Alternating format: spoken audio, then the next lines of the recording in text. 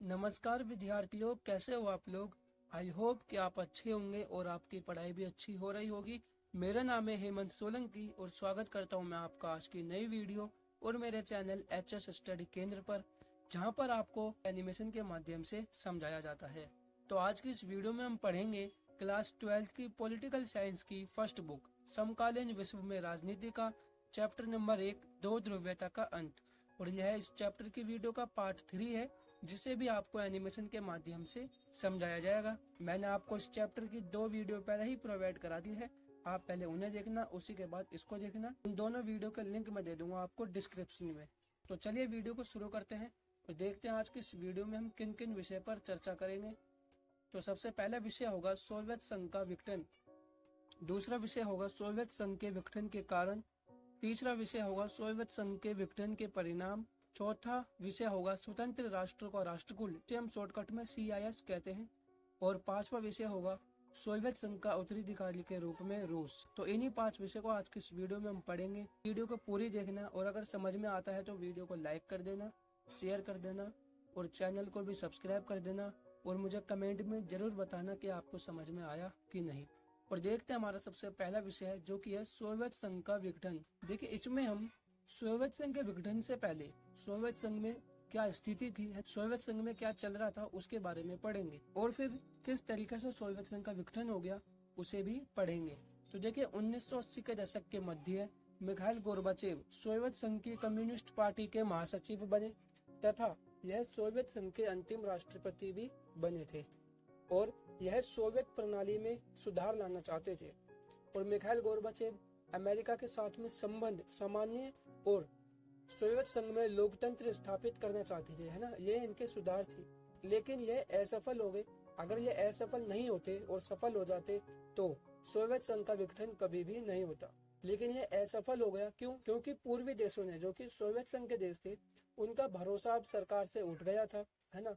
और वह अब सरकार का विरोध करने लग गए थे और मिखाइल गोर्बाचेव के जो सुधार थे इनका भी विरोध करने लग गए थे। और लोगों के साथ साथ में कम्युनिस्ट पार्टी भी गोर्बाचेव की नीतियों का विरोध करने लगे थे, क्योंकि अगर कम्युनिस्ट पार्टी मिखाइल गोर्बाचेव का साथ देते और सोवियत संघ में सुधार हो जाता तो फिर कम्युनिस्ट पार्टी के दबदबे में वह बात नहीं रहती जो कि पहले हुआ करती थी।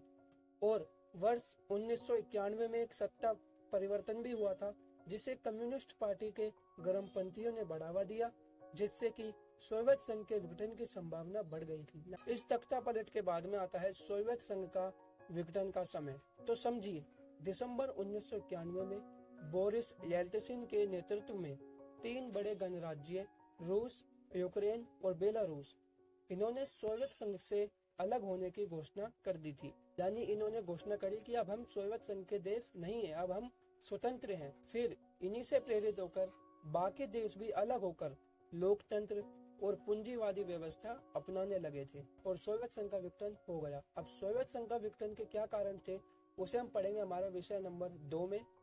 तो हमारा विषय नंबर 2 है सोवियत संघ के विघटन के कारण, यानी कि किस वजह से सोवियत संघ का विघटन हो गया था। जैसे सबसे पहले कारण की बात करें तो राजनीतिक और आर्थिक संस्थाओं का कमजोर होना। देखिए, सोवियत संघ की राजनीतिक संस्थाएं आंतरिक रूप से बहुत कमजोर हो गई थी, जिस कारण की वह जनता की इच्छाओं को पूरा नहीं कर पा रही थी। दूसरे कारण में हम बताएंगे अर्थव्यवस्था का गतिरोध होना, यानी कि जो अर्थव्यवस्था सोवियत संघ की बहुत उन्नत थी वह गिर गई थी, है ना, जिससे कि उपभोक्ता वस्तुओं की लगातार कमी होने लगी थी।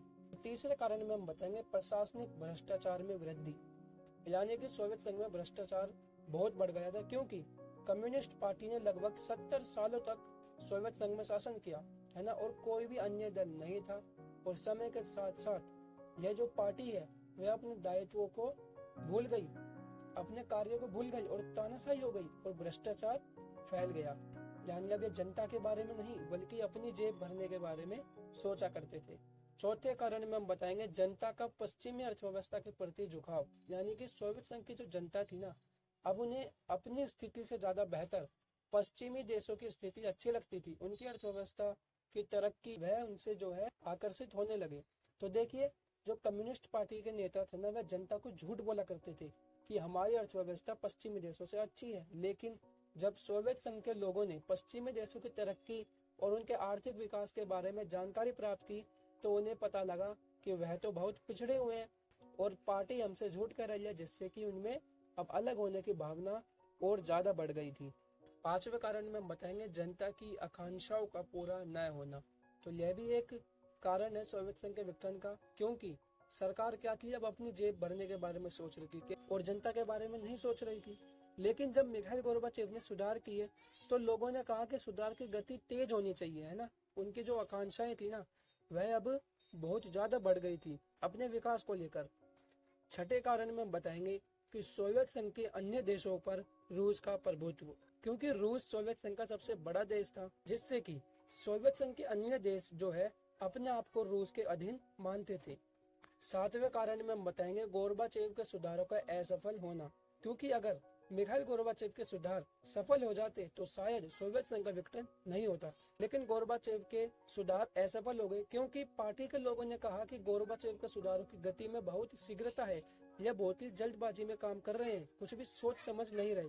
और लोगों ने कहा कि नहीं, सुधार की गति तो बहुत धीमी है, बल्कि ये बहुत तेज होनी चाहिए, जिससे हमारा जल्दी से विकास हो जाए। तो ऐसे क्या था, जनमत का दो भागों में विभाजन हो गया था। यानी अब गोर्बाचेव सोच रहे थे कि मैं पार्टी की सुनूं या लोगों की सुनूं। आठवें कारण में हम बताएंगे पूर्वी देशों में राष्ट्रवादी भावना और संप्रभुता की इच्छा का विकास। यानी कि जो सोवियत संघ के देश थे उनमें अब राष्ट्रवादी भावना उत्पन्न हो गई थी, क्योंकि रूस, यूक्रेन और बेलारूस ने जब अलग होने की घोषणा कर दी तो फिर अन्य देशों ने भी सोची कि हाँ, अब हम भी अलग होंगे, तो उन्होंने भी अलग होने का फैसला किया।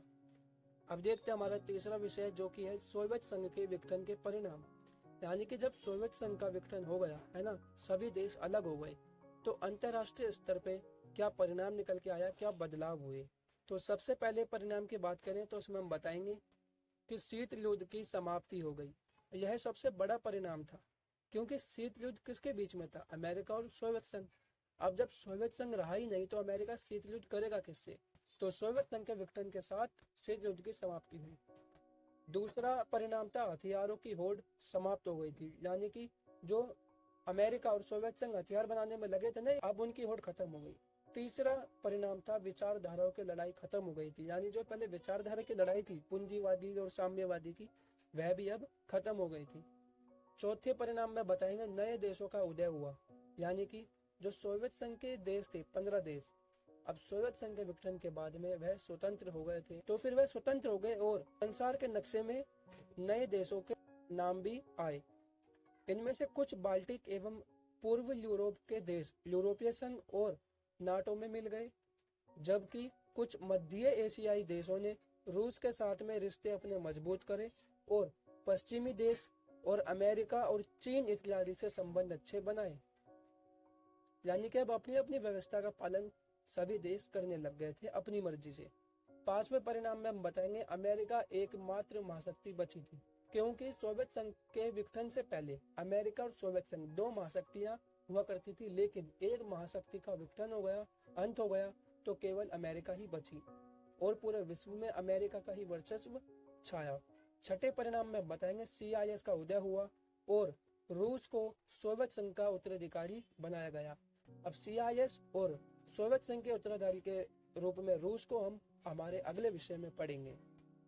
तो देखते हैं हमारा चौथा विषय, जो कि है स्वतंत्र राष्ट्रों का राष्ट्रकुल, यानी कि CIS, जो कि एक परिणाम था सोवियत संघ के विघटन का, है ना। अब इसको हम डिटेल में पढ़ते हैं। देखिए, सबसे पहले हम जानते हैं इसका इंग्लिश में क्या नाम है, यानी कि CIS की फुल फॉर्म क्या है। तो उसकी फुल फॉर्म है कॉमनवेल्थ ऑफ इंडिपेंडेंट स्टेट्स। और CIS क्या है इसे भी हम जान लेते हैं। तो CIS उन देशों का संघ था जो कि सोवियत संघ से अलग हुए थे। इनकी स्थापना सोवियत संघ के विघटन के बाद में हुई थी। यानी कि CIS उन देशों को कहा जाता था जो कि सोवियत संघ से अलग हुए थे।